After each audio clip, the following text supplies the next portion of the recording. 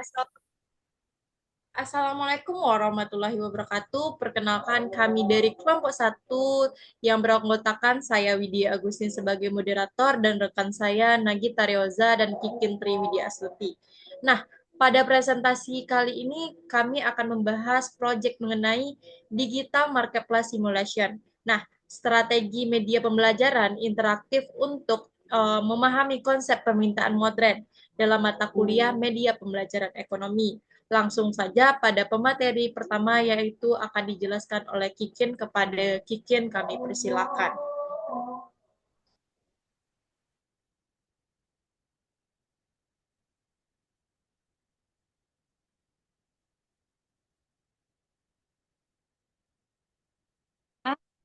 Di sini saya akan membahas yang pertama permasalahannya mengapa siswa bosan dengan teori ekonomi.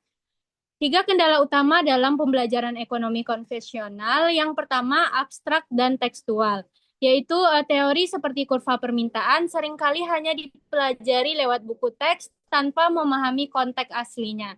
Yang kedua keterlibatan rendah, yaitu metode pengajaran tradisional minim interaksi emosional dan praktik lapangan.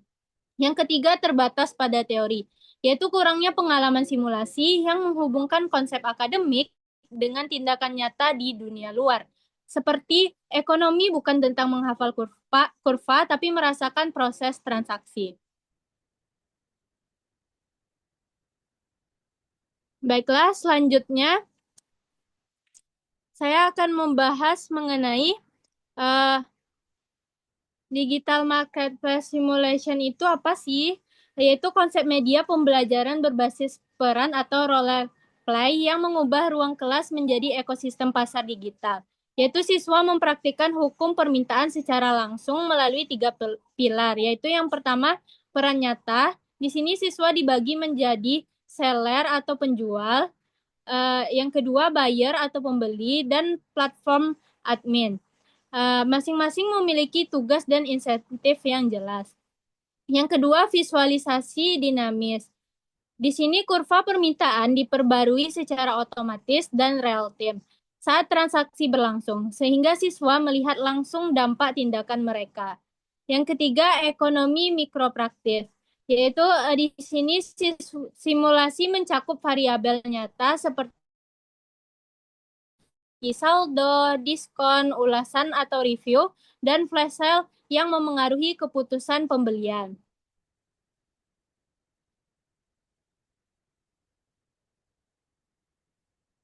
Nah, selanjutnya kita masuk kepada tujuan dan output. Nah, penggunaan media DMS ini diharapkan menghasilkan 4 capaian utama. Yang pertama yaitu interaktif, menciptakan suasana kelas yang hidup di mana siswa aktif membuat keputusan pasar. Yang kedua, visualisasi, yaitu memudahkan pemahaman tentang bagaimana kurva bergerak ketika harga atau variabel lain berubah. Yang ketiga, analisis, yaitu mengasah kemampuan siswa dalam memahami dampak promosi, stok, dan ulasan terhadap tingkat permintaan. Yang terakhir, soft skill, melatih kemampuan negosiasi, pengambilan keputusan cepat, serta pengelolaan risiko di dalam tim. Baiklah, sekian pemaparan materi dari saya. Saya kembalikan kepada moderator. Baik, terima kasih kita ucapkan kepada Kikin. Kita lanjut pemateri kedua yang akan dijelaskan oleh Nagita Reoza. Kepada Nagita kami persilakan. Baik, terima kasih moderator. Di sini saya akan menjelaskan lanjutan materi dari rekan saya yang tadi yaitu SWOT singkat. Nah, di slide ini saya akan menjelaskan analisis kekuatan atau kelemahan dan tantangan dan solusi dari metode pembelajaran simulasi marketplace. Nah, yang pertama yaitu ada kelebihan. Di dalam kelebihan ini yaitu relatable untuk Gen Z.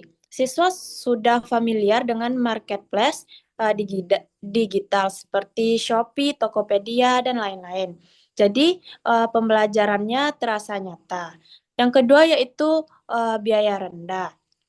Bisa dilakukan tanpa alat mahal, cukup kertas atau perangkat sederhana. Yang terakhir yaitu fleksibel, bisa dilakukan secara digital maupun manual. Nah, tantangannya yaitu kelas bisa ramai, aktivitas interaktif interaktif berpotensi tidak terkontrol dan butuh manajemen waktu dan fasilitas yang baik. Nah, jadi solusi kuncinya yaitu gunakan token waktu, terapkan limit saldo, dan tetapkan peran moderator. Materi selanjutnya yaitu skenario simulasi. Yang pertama yaitu ada persiapan. Di sini siswa dibagi perannya, yaitu penjual atau pembeli, menentukan produk dan harga awal, serta menyiapkan saldo. Yang kedua yaitu simulasi jual beli. Penjual menawarkan produk, pembeli memilih dan melakukan negosiasi, dan terjadi interaksi seperti marketplace nyata. Yang terakhir yaitu ada transaksi. Nah, transaksi ini terjadi pembelian dan dicatat harga, jumlah, dan alasan membeli. Materi terakhir yaitu detail operasional. Menjelaskan teknis pelaksanaan di kelas, seperti pengaturan awal. Saldo awal diberikan dalam bentuk token atau koin digital dan uang kertas simulasi. Yang kedua yaitu aturan transaksi. Waktu terbatas, melatih pengembalian keputusan cepat, dan harus ada bukti transaksi. Yang terakhir yaitu intervensi guru. Guru memberikan skenario acak, misalnya diskon 50% barang langka, dan lain-lain, bertujuan mengubah permintaan pasar. Baiklah, hanya itu yang dapat saya sampaikan. Saya kembalikan ke moderator. Baik, terima kasih kepada Nagita. Kita ucapkan. Lanjut saja pada pemateri terakhir yang akan saya jelaskan. Nah, di sini saya akan menjelaskan mengenai evaluasi dan bukti pembelajaran.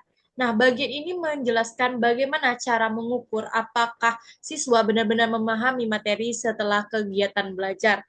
Nah, yang pertama ada pre atau post test. Dilakukan sebelum dan sesudah pembelajaran. Nah, tujuannya untuk melihat perubahan pemahaman siswa tentang konsep misalnya permintaan dalam ekonomi. Jika skor meningkat, berarti pembelajaran berhasil. Nah, yang kedua ada log transaksi. Berisi data aktivitas siswa selama simulasi, misalnya jual beli. Nah, digunakan untuk melihat pola perilaku siswa terhadap harga, menganalisis bagaimana mereka mengambil keputusan. Nah, ini melatih kemampuan analisis data sederhana. Nah, yang ketiga ada refleksi sosial. Siswa menulis jurnal singkat tentang keputusan yang mereka ambil, alasan dibalik keputusan tersebut. Adapun tujuannya yaitu mengembangkan kemampuan berpikir kritis, melatih argumentasi dan refleksi diri. Nah, indikator keberhasilannya yaitu keberhasilan pelajaran diukur dari peningkatan nilai atau konseptual, kualitas argumen dalam refleksi, dan kemampuan menganalisis data. Nah, baik teman-teman, itu tadi materi dari kelompok kami. Nah, dapat disimpulkan bahwa DMS kemungkinan digital discovery atau decision making simulation ini membantu mengubah teori yang abstrak menjadi praktik nyata, meningkatkan pemahaman konsep, keterampilan sosial, soft skill seperti komunikasi dan kerjasama. Rekomendasi implementan langkahnya yang disarankan yang pertama itu mulai dari versi sederhana, prototipe berbasis kertas, lalu dikembangkan menjadi modul digital. Nah, siapkan panduan untuk guru, rubrik penilaian agar penilaian lebih jelas dan objektif. Nah, materi ini menekankan bahwa pembelajaran yang baik tidak hanya fokus pada teori, tetapi juga praktik analisis dan refleksi, serta harus disertai evaluasi yang terukur dan sistematis. Baik, hanya itu yang dapat kelompok kami jelaskan. Kami mohon maaf apabila ada kesalahan. Kami tutup. Wassalamualaikum warahmatullahi wabarakatuh.